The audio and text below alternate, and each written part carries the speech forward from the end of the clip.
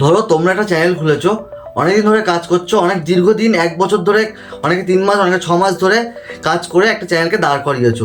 মোটামুটি সেই চ্যানেলটা থেকে তোমার আর্নিং হচ্ছে। তো এরকম সময় একদিন সকালবেলা ঘুম থেকে উঠে তুমি দেখলে তোমার চ্যানেলটা আর নেই তোমার কাছে। তোমার কাছে আছে কিন্তু তুমি সেটা ওপেন করতে পারছো না। তো এটা কেন হলো? আসলে তোমার চ্যানেলটা হ্যাক হয়ে গেছে। এই হ্যাকটা যে হলো, এটা কীভাবে হলো? এটা কিন্তু একমাত্র তোমার ভুলের জন্যই হ্যাকটা হয়েছে। তো আজকের ভিডিওতে আমরা আলোচনা করব কীভাবে তোমার চ্যানেলকে হ্যাক থেকে বাঁচাবে। আর যদিও সেইগুলো করার পরে 99% চান্স হ্যাক হবে না, যদিও তোমার চ্যানেল যদি হ্যাক হয়ে যায়, তারপরে তোমরা সেই চ্যানেলটা রিকভারি করার জন্য কি করবে। মোটামুটিভাবে একটা চ্যানেলকে রিকভারি করার জন্য বেসিক্যালি তোমার ওই 30 দিন থেকে 90 দিন পর্যন্ত সময় লাগে রিকভারি হওয়ার জন্য। তো তোমরা কীভাবে কি করবে আজকে তোমাদের সাথে সেটাই শেয়ার করব। তো চলো ভিডিওটা শুরু করা যাক।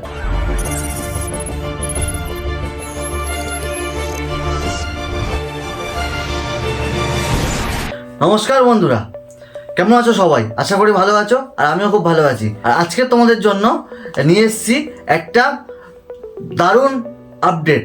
মানে এই আপডেটটা অবশ্যই তোমাদের ইউটিউব চ্যানেলে করে রাখবে। তোমরা অনেকদিন ধরে খেটে চ্যানেলকে দাঁড় করিয়েছো, তোমাদের চ্যানেল যে কোনো সময় হ্যাক হয়ে যেতে পারে। তো এই হ্যাক থেকে বাঁচার জন্য একটা নির্দিষ্ট কাজ করতে হবে। কি করতে হবে? চলো আমার ফোনের স্ক্রিনে তোমাদেরকে নিয়ে যাই। তো এখন আমি চলে এসেছি ক্রোমে এসে আমার অ্যাকাউন্টে ওপেন করে নিয়েছি।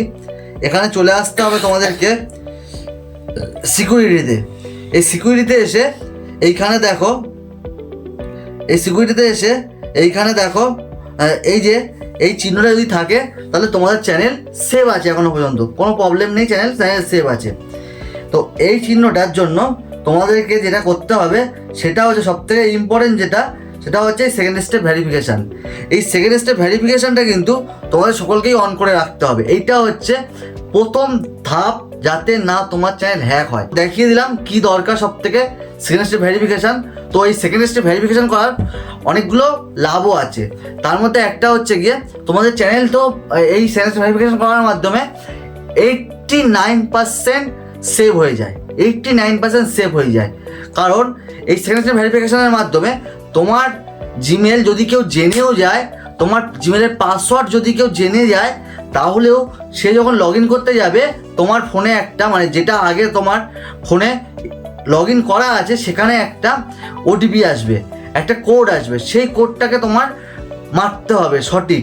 3 রকম অপশন আছে, তার মধ্যে কোনো একটা মারতে হবে, তবেই তোমার সেই অন্য ফোনে, মানে নতুন যে সিস্টেমটায় লগ ইন করার চেষ্টা চলছে সেটাই লগ ইন করতে পারবে, নতুবা কিন্তু পারবে না। তো এই জন্যই সেকেন্ড স্টেপ ভেরিফিকেশানটা যাদের ইউটিউব চ্যানেল আছে বা যাদের ইউটিউব চ্যানেল নেই, সবাই তাদের গুগলে বা জিমেলে সেকেন্ড স্টেপ ভেরিফিকেশানটা করে রাখতে পারো। এর ফলে কী হবে, তোমাদের তো অনেক প্রাইভেট জিমেলও আসতে পারে না, যেগুলো মানে লিক হয়ে গেলে তোমাদের সমস্যায় পড়তে পারো। তো সেইগুলো আর লিক হওয়ার ভয় অনেকটাই কমে যাবে।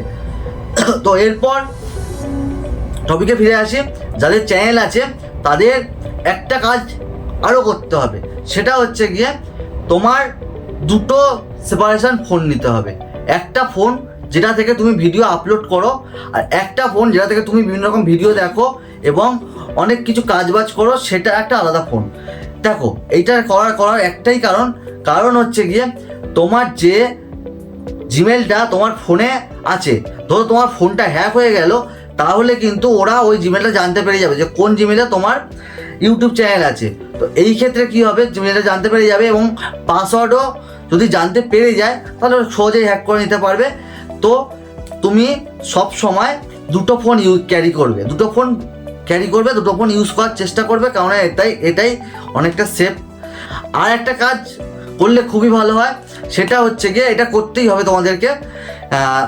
তোমার যে অ্যাকাউন্টটায়, যে জিমেলটায় তোমাদের ইউটিউব চ্যানেল চলছে, সেই জিমেলটা কোনোদিনও কারোর সাথে শেয়ার